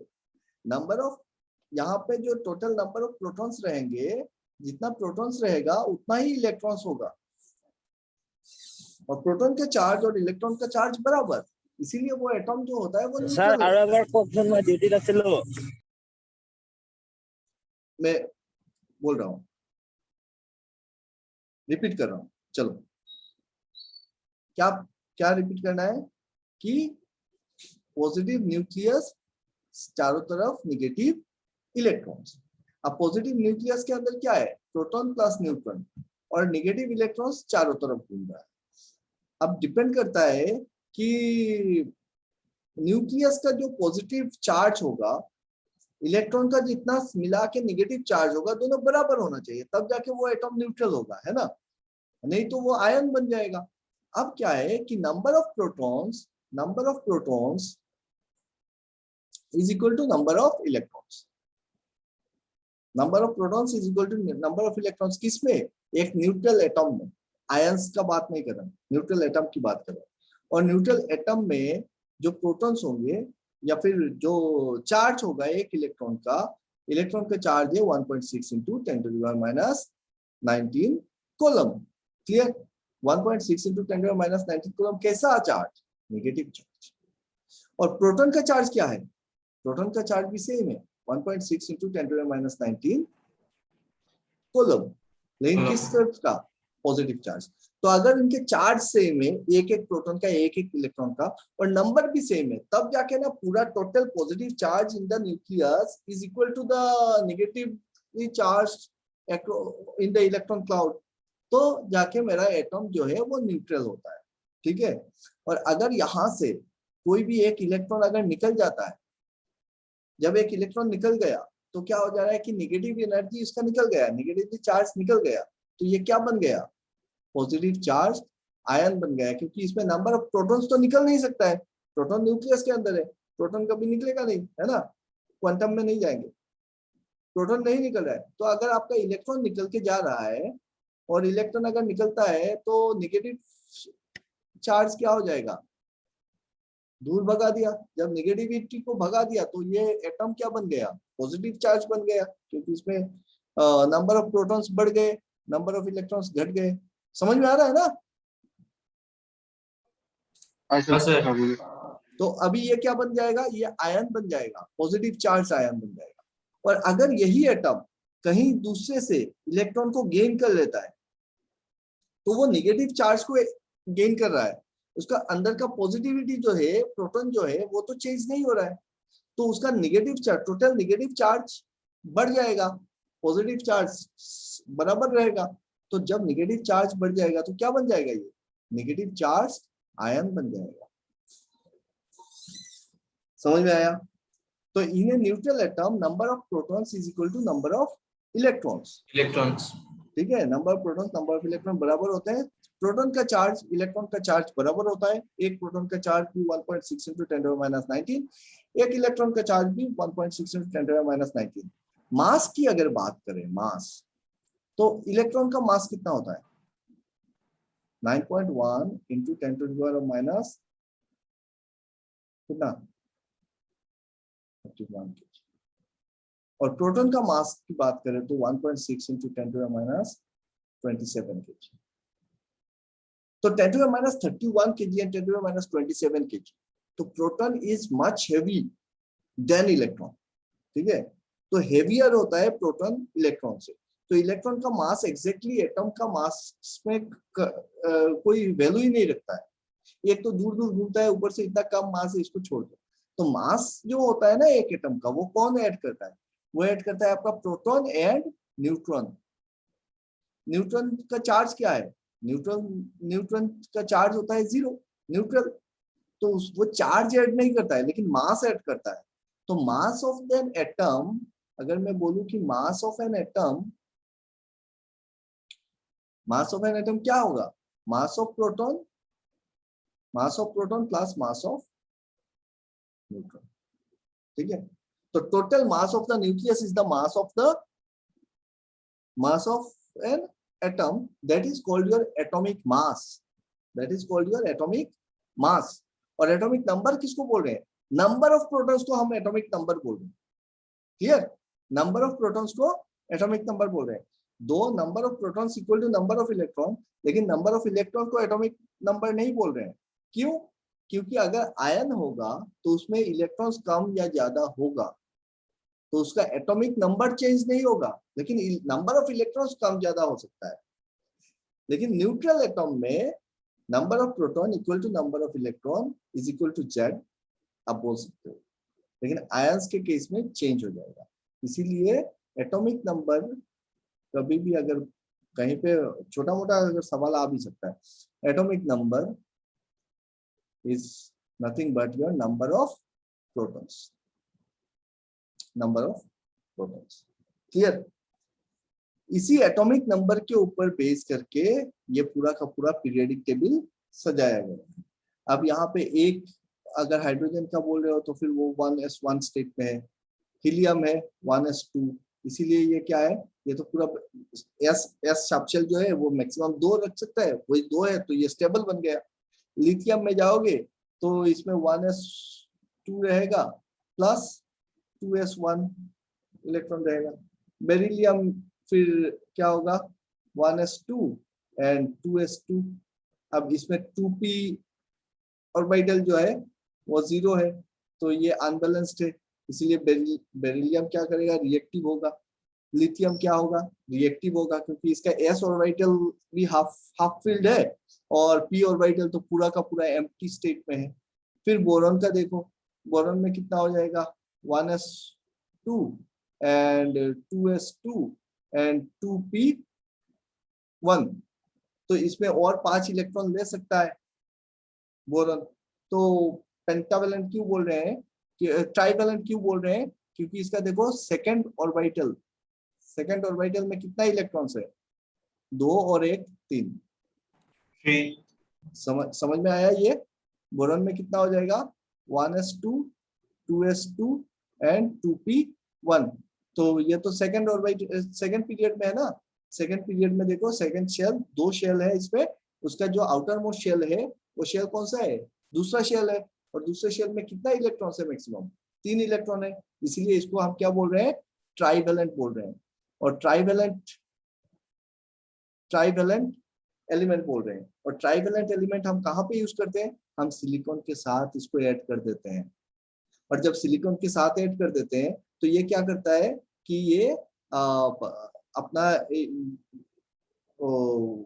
जो सिलिकॉन है उसके साथ क्या करेगा, बॉन्ड फॉर्म करेगा, और किस टाइप का ये बनाएगा सेमीकंडक्टर, किस टाइप का सेमीकंडक्टर बनाएगा, पी टाइप सेमीकंडक्टर बनाएगा, है ना, पी टाइप सेमीकंडक्टर बनाएगा। और सिमिलरली यहाँ पे देखो, अगर मैं नाइट्रोजन का बात करता हूं तो यहाँ पे हो गया आपका कितना बोला था, कार्बन 6, तो ये हो जाएगा 7। तो यहाँ पे देखो 1s2 2s2 2p1 2 3, सो 2p3 हो गया ना। कितना मिल गया मुझको, बाहरी जो शेल है, बैलेंस शेल है सेकेंड पीरियड का, बैलेंस शेल में मिला मुझको 5 इलेक्ट्रॉन, मिला 3 + 2। तो नाइट्रोजन फैमिली का अब फॉस्फोरस ले लो, उसमें भी 5 इलेक्ट्रॉन मिलेगा। कौन से शेल में मिलेगा, थर्ड शेल में मिलेगा। 3s2 एंड 3p3 मिलेगा फॉस्फोरस में। आर्सेनिक में भी 5 मिलेगा, लेकिन कौन से शेल में मिलेगा? 4th shell will be the valence shell, है ना? समझ में आ रहा है? अब इसका जो इसमें अगर फॉस्फोरस है और इसमें अगर 5 इलेक्ट्रॉन है आउटर मोस्ट शेल में, और जब आप सिलिकॉन के साथ इसको मिला रहे हो तो ये क्या कर दे रहा है? 4 सिलिकॉन के साथ 4 इलेक्ट्रॉन और 1 इलेक्ट्रॉन ऐड कर दे रहा है, तो 1 इलेक्ट्रॉन फ्री छूट जा रहा है इसका, तो ये क्या कर रहा है? एन टाइप सेमीकंडक्टर बना रहा है। समझ में आ रहा है? एन टाइप सेमीकंडक्टर बनाएगा। बोरॉन क्या बनाएगा? पी टाइप सेमीकंडक्टर बनाएगा। तो ट्राइवेलेंट को मिलाओ पी टाइप, पेंटावेलेंट को मिलाओ एन टाइप सेमीकंडक्टर मिल रहा है। क्यों मिल रहा है? क्योंकि हम सिलिकॉन जो है वो मेटलॉइड के ग्रुप में आ रहा है, इसके बैलेंस शेल में 4 इलेक्ट्रॉन है, तो सारा का सारा किसका खेला है? इलेक्ट्रॉन्स का खेला है, एटॉमिक स्ट्रक्चर का खेला है, इसी में है। अब बताओ कि ये जो हमारा कॉपर है, सिल्वर है, गोल्ड है, देख रहे हो, ये एक ही कैटेगरी में, एक ही ग्रुप में आ रहा है। कॉपर, सिल्वर, गोल्ड, है ना? प्लेटिनम कहाँ है? ये रहा मेरा प्लेटिनम। सो एल्यूमिनियम, ये रहा एल्यूमिनियम। तो यही सारे एलिमेंट्स तो हम यूज कर रहे हैं, यही सारे मेटल तो हम जगह जगह पे यूज कर रहे हैं। जिंक, जिंक का कोटिंग करते हैं, यहाँ पे है आयरन। तो ये सब जितने सारे एटम है उसके वैलेंस इलेक्ट्रॉन्स किस तरीके से बिहेव कर रहे हैं उसके ऊपर बात कर रहे हैं। यहाँ से जितना मेटल है आपके, और मेनली आपका कॉपर, सिल्वर या आयरन, इसमें क्या मिल रहा है? फ्री इलेक्ट्रॉन्स मिल रहा है। मतलब जो एनर्जी बैंड हम बोलते हैं, एनर्जी बैंड जो बोलते हैं, क्या बोलते हैं? कंडक्शन बैंड, कंडक्शन बैंड, और क्या बोलते हैं? वैलेंस बैंड, वैलेंस बैंड और कंडक्शन बैंड, है ना? वैलेंस बैंड है, कंडक्शन बैंड, और बीच के ये जो गैप में दिखा रहा हूँ ये क्या है? फोरबिडन बैंड, मतलब एनर्जी गैप। अब यहाँ पे जब मेटल की बात आती है तो मेटल में क्या होता है? कंडक्शन बैंड और वैलेंस बैंड में कोई एनर्जी गैप नहीं है। ये एनर्जी गैप क्या, किस बात का एनर्जी गैप? यहाँ पे जब आप इलेक्ट्रॉन्स को डिस्ट्रीब्यूट कर रहे हो तो एक एक इलेक्ट्रॉन लेके, टाइम हो गया, 8 बजने वाला है, चलो नेक्स्ट डे दिखाऊंगा। तो यहाँ पे जब हम इलेक्ट्रॉन्स को डिस्ट्रीब्यूट कर रहे हैं कि 1s 2s 2p 3s 3p, है ना? 3s 3p और फिर 3d 4s, तो यहाँ पे कौन से ऑर्बिट्स पे कितना गैप पे कितना इलेक्ट्रॉन्स भरा हुआ है? तो अगर आप एटॉमिक नंबर को लेके इसको फिल अप करते हो तो फिर आपको आराम से दिखेगा कि कहाँ पे कितना गैप है। तो हमने देखा कि ये जितने सारे मेटल है, मेटल्स हैं, मेटल्स में क्या हो रहा है कि वैलेंस बैंड, वैलेंस बैंड और कंडक्शन बैंड दोनों ओवरलैप्ड है, एनर्जी ओवरलैप्ड है, दोनों के बीच में कोई गैप नहीं है। लेकिन जो इंसुलेटर है उसमें वैलेंस बैंड और ये फोरबिडन बैंड में कितना एनर्जी का गैप है? 3 इलेक्ट्रॉन वोल्ट से ज्यादा है ये फोरबिडन बैंड, एनर्जी गैप है। मतलब एक लेयर से दूसरे लेयर पे जब जंप करेगा तो उसको उतना एनर्जी चाहिए। क्लियर? सिमिलरली जो सेमीकंडक्टर्स बोलते हैं, मेटलॉइड्स बोलते हैं, वहां पे क्या है कि 3 इलेक्ट्रॉन वोल्ट से नीचे रहता है ये फोरबिडन गैप, इसीलिए वैलेंस बैंड से कंडक्शन बैंड में जंप कर सकता है इलेक्ट्रॉन। क्लियर? चलो इस ये Yes, sir. और भी बढ़िया से समझेंगे चीजों को, और भी एनर्जी लेवल के स्टेट को और भी समझेंगे। लेकिन आज का कंक्लूड करते हैं कि आज हमने क्या क्या सीखा, उस चीज को अगर कंक्लूड करें तो जो चीज हमको याद रखने वाली चीजें हैं यहाँ से, उस चीज को कंक्लूड करता हूँ। और ये पॉइंट वाइज एकदम से लिख के रख लेना, क्योंकि देखो ये सब ऐसा नहीं है कि मैंने कोई नया चीज आज तुम लोगों को बताया है ना, नया कोई चीज नहीं, ये सब हमने एकदम स्कूल लेवल से पढ़ा है। बट ये सब क्या अपने मेमोरी में है क्या? नहीं है। तो ये इसको रिवीजन की तरह ले लो। और इसी के ऊपर पूरा का पूरा खेला है, तो इसको तो बहुत बढ़िया से नोट बना के रखो। ये पहले ही पन्ना खोलते ही मुझको मिलना चाहिए क्या चीज भाई, जो भी अपना एटम है, एटम का बीच में क्या है, न्यूक्लियस है, चारों तरफ क्या है, इलेक्ट्रॉन्स है, ये हमको पता है। अब ये जो इलेक्ट्रॉन है वो निगेटिवली चार्ज है और न्यूक्लियस जो है वो पॉजिटिवली चार्ज है। तो इलेक्ट्रॉन का जो निगेटिव चार्ज है वो चार्ज कितना है, चलो 1 इलेक्ट्रॉन का चार्ज लिख लेते हैं, कितना है 1.6 इंटू 10⁻⁻19 कूलम, इसको लिख के रख लेना। अब प्रोटॉन जो है ये इसका नेगेटिव चार्ज को बैलेंस कौन कर रहा है, बैलेंस कर रहा है मेरा न्यूक्लियस, और न्यूक्लियस में कौन, प्रोटॉन। तो प्रोटॉन का चार्ज कितना है, प्रोटॉन का चार्ज है पॉजिटिव और उसका मैग्नीट्यूड कितना है, same to same as your electron. तो 1 proton equal to 1.6 into 10⁻⁻19 coulomb हो गया। लेकिन ये है पॉजिटिव और ये है आपका नेगेटिव, क्लियर, इसीलिए बैलेंस्ड है। एटॉमिक नंबर क्या है, एटॉमिक नंबर, एटॉमिक नंबर मतलब number of protons in A nucleus, number of protons. Atomic mass, atomic mass क्या है, एटॉमिक मास का मतलब है mass of nucleus, mass of nucleus, nucleus का जो मास है वही मेरा एटॉमिक मास है। तो मास किसका किसका ऐड हो रहा है, प्रोटॉन का और न्यूट्रॉन का, है ना, mass of proton plus mass of neutron is equal to atomic mass. अब तो मास ऑफ इलेक्ट्रॉन कितना है भाई, mass of electron is equal to 9.1 into 10⁻⁻31 kg। अच्छा, तो मास ऑफ प्रोटॉन कितना है, it is equal to 1.6 into 10⁻⁻27 kg। अच्छा, इसीलिए प्रोटॉन का मास बहुत ज्यादा है देन इलेक्ट्रॉन, इसीलिए एटॉमिक मास में सिर्फ न्यूक्लियस का मास को कंसीडर किया जाता है, इलेक्ट्रॉन का मास को कंसीडर ही नहीं करता है। तो ये बहुत नेग्लिजिबल है, -31 और ये -27, समझ में आया। तो प्रोटॉन का मास हैवी है और न्यूट्रॉन का मास कितना है, same as your proton, proton का जो मास है वही न्यूक्लियस का मास, न्यूट्रॉन का मास। न्यूट्रॉन का चार्ज न्यूट्रल 0, क्लियर। तो ये हो गया एटम के अंदर का बात, अंदर की बात में charge of electron, charge of proton, mass of electron, mass of proton हमने देख लिया, एटॉमिक नंबर, एटॉमिक मास देख लिया, उतना हमारे लिए काफी है।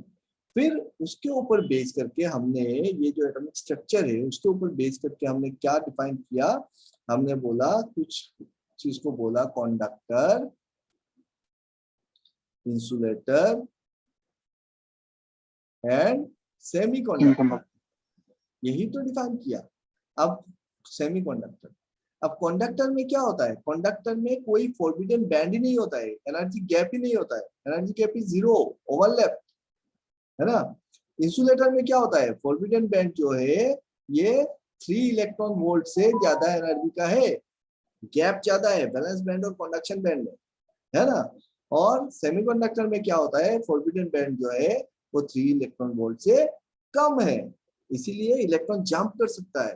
तो जब जंप करता है और जंप करने में कितना लगता है, 3 इलेक्ट्रॉन वोल्ट, इसलिए वो क्या करता है, चार्ज को कैरी भी कर सकता है सेमीकंडक्टर।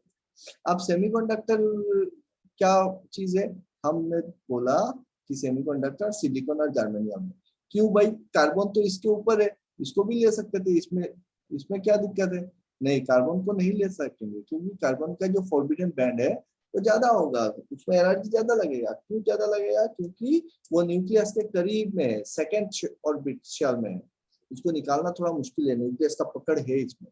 तो सिलिकॉन से निकाल सकते हैं, हाँ सिलिकॉन से निकाल सकते हैं। इसका रूम टेम्परेचर पे कितना एनर्जी गैप है, ये है 1.1 इलेक्ट्रॉन वोल्ट, और जर्मेनियम का कितना है 0.72 इलेक्ट्रॉन वोल्ट। देख लेना कि बहुत सारे एग्जाम में ये सवाल पूछता है, बहुत सारे एग्जाम में मैंने देखा ये।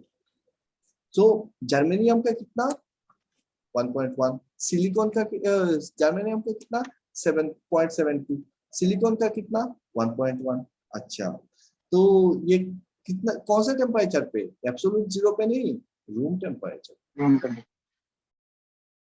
Room temperature. तो ये तो हो गया भाई, काफी कुछ सुने, काफी कुछ बोला, समझ में आया। इसमें समझने वाली इतनी सारी बातें थी नहीं, इसमें सिर्फ याद रखने वाली बातें हैं या फिर रिविजन वाली बातें है ना। सो हाँ सर। आई होप कि बहुत बढ़िया से क्लियर हुआ होगा। क्या चीज क्लियर किया हमने? हमने क्लियर किया सोर्सेस, याद रहेगा सोर्सेस। हमने क्लियर किया एटॉमिक स्ट्रक्चर, पीरियोडिक टेबल, ये सारी चीजें अभी क्लियर है। हमको पता है कि एटॉमिक पीरियोडिक टेबल में कितने एलिमेंट्स है, टोटल 118 एलिमेंट्स है। उसमें से मेटल्स होते हैं, नॉन मेटल्स होते हैं और मेटलॉइड्स होते हैं। टोटल मेटलॉइड्स कितने हैं? 7 मेटलॉइड्स हैं। उसमें से हम कौन सा मेटलॉइड को सेमीकंडक्टर के लिए यूज कर रहे हैं? सिलिकॉन को यूज कर रहे हैं। क्यों भाई? जर्मेनियम को क्यों नहीं कर रहे हो? कार्बन को क्यों नहीं कर रहे हो? या फिर बाकी जो नीचे है उसको क्यों नहीं कर रहे हो? क्योंकि सिलिकॉन सबसे ज्यादा अवेलेबल है अर्थ क्रस्ट में। जर्मेनियम को कर सकते थे, लेकिन germanium as compare to silicon कम मिलता है, तो जर्मेनियम कॉस्टली हो जाता है। लेकिन अगर हम एनर्जी गैप के बारे में देखें तो जर्मेनियम का कम है ना, 0.72 इलेक्ट्रॉन वोल्ट लगता है, और सिलिकॉन में क्या है 1.1 इलेक्ट्रॉन वोल्ट लगता है। फिर भी 3 इलेक्ट्रॉन वोल्ट से तो काफी कम है, तो हम सिलिकॉन को यूज कर लेते हैं। समझ में आया? अब सिलिकॉन जो है, प्योर सिलिकॉन अगर आप लेते हो और उसको सेमीकंडक्टर के हिसाब से यूज करना चाहते हो, तो उसको हम बोलेंगे इंट्रिंसिक सेमीकंडक्टर। इंट्रिंसिक मतलब प्योर। इसीलिए प्योर में क्या होगा कि वो उसमें जो कंडक्शन होगा वो बहुत कम होगा। तो उसमें हम क्या करते हैं, उसमें डोपिंग करते हैं ताकि उसका carrier charge, number of carriers, electrons and holes वो बढ़ सके। तो कौन सा वाला ऐड करेंगे? ट्राइवेलेंट और पेंटावेलेंट यूज करेंगे। ट्राइवेलेंट में कौन आ रहा है? बोरोन। देखे थे अभी कि बोरोन को ऐड कर दो। पेंटावेलेंट में कौन आ रहा है? फॉस्फोरस, आर्सेनिक, है ना, तो उसको ऐड कर दो। अच्छा, अब समझ में आ गया ना? मजा आया? याद हाँ रहेगा? सर। सिर्फ मजा आने से थोड़ी ना होगा, याद रहेगा। सर रहेगा। एकदम बढ़िया से इसको देखना, इसको बना लेना, ठीक है? Yes sir. क्योंकि ये जो मैं आप लोगों को दे रहा हूँ ये एकदम प्योर क्रीम चीज है, और ये सारी चीजें हमको याद रखने ही पड़ेंगे।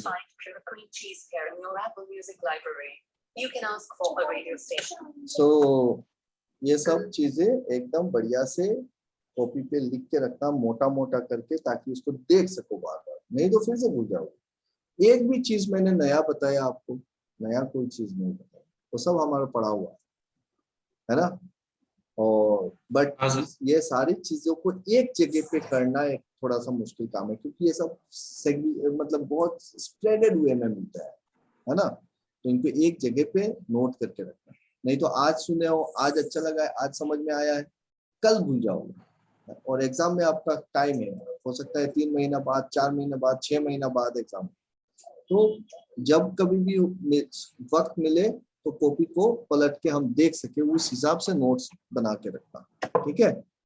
चलो अभी हम दूसरा वाला शुरू करेंगे। एपीडीसीएल वालों को बाय बाय।